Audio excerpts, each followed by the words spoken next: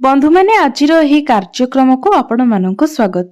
आजिर एही कार्यक्रमटी वृष राशि व्यक्ति विशेष मानक पई बहुत गुरुत्वपूर्ण अटे। तो आपणकर जदि वृष राशि होइथाय तेबे एही भिडियोटी को थरे मात्र शेष पर्यंत निश्चय देखंतु।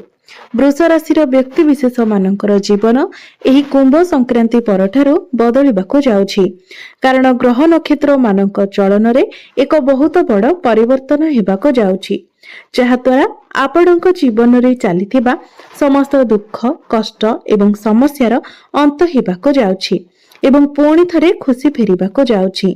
सूर्य एवं बुध निजर राशि परिवर्तन करबाको जाउछंती। तो एही कुंभ संक्रांति अर्थात माघ पूर्णिमा ठारू आपणक जीवन रे चालुथिबा समस्त दुख कष्टर अंत हेबाको जाउछि। पुनर्बार आपणक जीवन को खुशी फेरिबाको जाउछि। एही कुंभ संक्रांति परठारू आपणक जीवन रे एक बड़ परिवर्तन हेबार अछि। तो आपणक जीवन रे कोन परिवर्तन हेबाको जाउछि ताहा जानिबा पूर्वरु जदि आपणकर वृष राशि होइथाय तेबे भिडियोटी को लाइक करी चैनल टी को सब्सक्राइब करि दियंतु एवं कमेंट बॉक्स रे भक्ति एवं श्रद्धार सहित जय श्री जगन्नाथ निश्चय लिखंतु। तो बंधु माने पूर्वरु आपणकर स्वास्थ्य जनित समस्या देखा देउथिला, धन जनित समस्या मते देखा देउथिला। आपण ऋण नैथिले किंतु ऋण सुझी पारु नथिले, ऋणर भार आपणक उपरे बढ़ी जायथिला।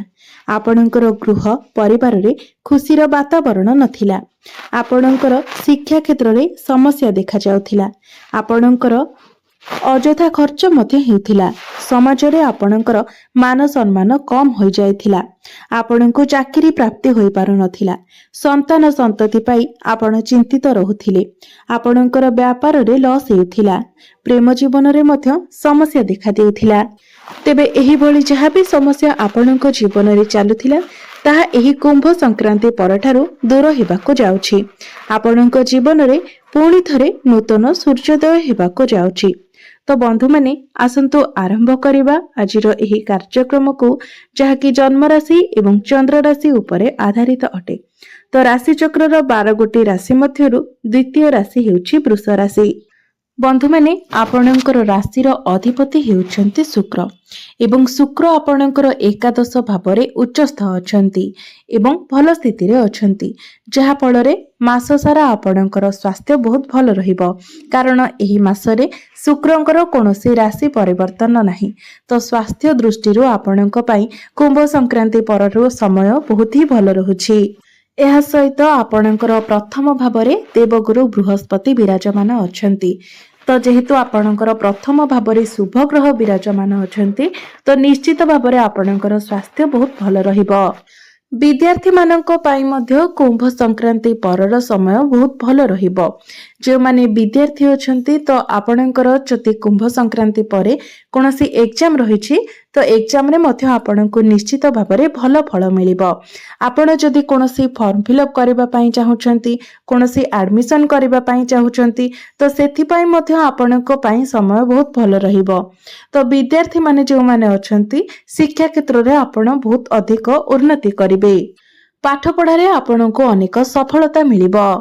पाठ पढ़ा रे आपणकर मन लागिबो एवं पाठ पढ़ा रे आपण ठीक डिसिजन मध्य नै पारिबे, कारण आपणकर पंचम भावर अधिपति हेउचंती बुध, जे कि आपणकर दशम भावरे रहिबे, क्यारियर भावरे रहिबे।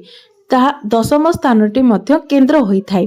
तो जेहेतु बुध आपणकर केंद्र रे विराजमान करिवे तो निश्चित भावरे आपणको बहुत शुभ फल प्रदान करिवे। मात्र जेहेतु आपणकर पंचम भावरे केतु विराजमान अछंती एवं केतु हेउछंती मुंडविहीन ग्रह, से पाठ पढ़ारे आपणको माइंड को डाइवर्ट कराइबे, आपणको अन्य मनस्क कराइबे। आपण पाठ पढ़ा को नेके कंफ्यूज होई जिवे। तेबे आपण जे लाइन ने पाठ पढुछन्ते आपण कंफ्यूज होई जिवे जे मु जे लाइन ने पाठ पढुछि ता मो पई ठीक अछि ना पुणी मते अन्य कोनोसी लाइन ने पाठ पढेबार थिला। एही बळे किछि चिंताधारा आपणकर मन को आसीबो।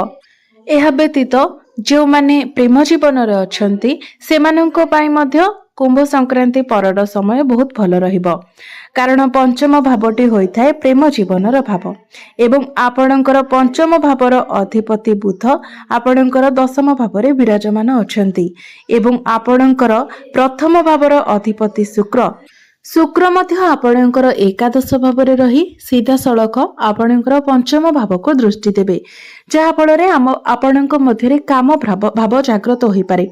मात्र ए सबुरु आपणको निजको सतर्क रखिबार अछि। आपणकर प्रेम जीवन को लेकिन आपण सीरियस रहिबे, पॉजिटिव रहिबे। तो बंधु मैंने यह तो थिला आपणकर प्रेम जीवन कथा। आपणकर वैवाहिक जीवन मध्य कुंभ संक्रांति परे बहुत भल रहिबो, कारण आपणकर सप्तम भावटी होइथाय वैवाहिक जीवनर भाव, जीवन साथीर भाव एवं आपणकर सप्तम भावर अधिपति हेउछन्ति मंगल, जे कि आपणकर द्वितीय स्थान रे विराजमान अछन्ति, शुभ स्थान रे विराजमान अछन्ति। बंधु मैंने आपणकर वैवाहिक जीवन एही कुंभ संक्रांति परे बहुत भल रहिबो। आपणकर लाइफ पार्टनर क्यारियर रे ग्रोथ आसी पारे, तांकर डेली इनकम रे मध्य वृद्धि होई पारे। जेहेतु द्वितीय स्थानटी होइथाय धनर स्थान, तो आपणकर लाइफ पार्टनर रोजगार रे वृद्धि आसीबो। तेबे शनिकर दृष्टि जेहेतु आपणकर सप्तम भाव रे रहुची, सेतेबेले आपणकर जीवन साथी टिके मुडी स्वभावर रहि पारंती। आपण निजे मध्य बुझी पारिबे नहीं जे से हठात करी केउ कथारे एते खुशी ही जाउछंती एवं हठात करी को कथारे से एते नाराज हो जाउछंती। तेबे कुंभ संक्रांति परे आपणकर भाग्य संपूर्ण रूप रे आपणकर साथ देबो। भाग्य बलरे आपण प्रत्येक कार्य रे सफलता लाभ करि पारिबे। अल्प परिश्रम रे आपण अधिक उपार्जन करि पारिबे एवं जेउ भी कार्य रे आपण हाथ देबे सेही प्रत्येक कार्य रे आपणको सफलता मिलिबो। आपण सेही कार्य रे उन्नति करिबे, कारण भाग्यर कारक ग्रह बृहस्पतिंकर दृष्टि आपणकर भाग्य भाव उपरे ही रहुछि। तो एही मासटी अर्थात कुंभ संक्रांति परे आपणको पाई समय एपरि रहुछि जे आपण कुंभ संक्रांति परे किछि बड़ करि पारंती। किछि एक बड़ योजना आपणको मन को आसी पारे, तो आपण कोनोसी बड़ प्लानिंग करि पारंती एवं निश्चित भाबरे आपण किछि करिबा मध्ये उचित। तो एही कुंभ संक्रांति परे आपण जदि कोनोसी शुभ मांगलिक कार्यर आयोजन करिबा पई चाहुछंती, कोनोसी बड़ कार्यर आरंभ करिबा पई चाहुछंती, कोनोसी बड़ डिसिजन नेबा पई चाहुछंती, कोनोसी बड़ जिनिसर आपण किणा किणी करिबा पई चाहुछंती, किबा आपणकर कोनोसी मीटिंग किबा डील रहिछि, तो से सब प्रत्येक कार्य रे आपणको सफलता मिलिबो एवं आपण मनरे द्वंद्व न रखी से सब कार्य गुड़िक मध्य करि पारिबे। एपरिकी आपणकर अटकी रहिथिबा कार्य मध्य आगको बढ़िबो एवं भविष्यत रे ताहा आपणको सफलता मध्य आनी देबो।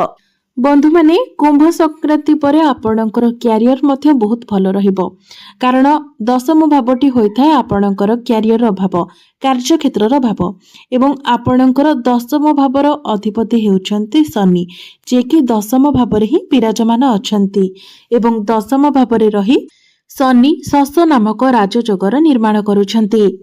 सेथिपाई आपण निज क्यारियर रे ठीक डिसिजन नै पारिबे एवं क्यारियर रे जदि आपण किछि बेटरमेंट करबा पई चाहुछन्ति, आपणकर क्यारियर रिलेटेड आपण किछि प्लानिंग करूछन्ति, तो एही कुंभ संक्रांति परे निश्चित भाबरे समय आपणक पई अनुकूल रहिबो, कारण एही कुंभ संक्रांति परे आपणक कुंडली रे प्रत्येक ग्रह शुभ स्थिति रे विराजमान करिबे।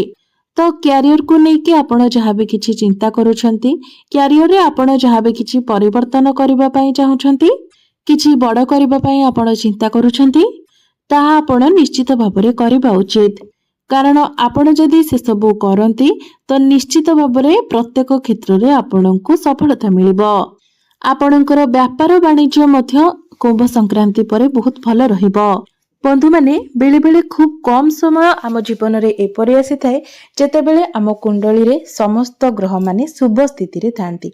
तो कुंभ संक्रांति परे आपनको पाई समय एपरि रहुची जेतेबेले समस्त ग्रह आपणकर शुभ स्थिति रे रहिबे।